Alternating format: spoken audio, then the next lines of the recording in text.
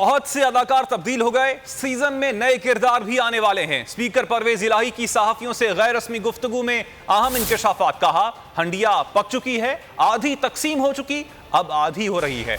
जुर्म हुआ नहीं, अदालत पहले पहुंच गए। हांडी पक चुकी, आधी बढ़ चुकी और आधी बांटने जा रही है।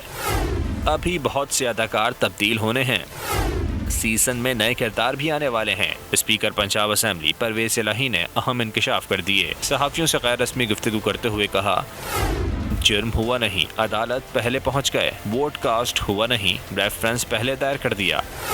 जल्द से रैलियों से हुकूमतें जाती तो अब तक 100 हुकूमतें जा चुकी होती। मजहब को सियासत में इस्तेमाल नहीं करना चाहिए। मजहब का नाम इस्तेमाल करने वालों को फंगस लगेगा। हमने हमेशा साफ सुथरी सियासत की है, हमारा मुस्तकबिल रोशन है। स्पीकर पंजाब असेंबली ने नवाज शरीफ का नाम लिए बगैर कहा, बैरून मुल्क बीमार को अभी तबीयत के मुताबिक दवा नहीं मिल रही।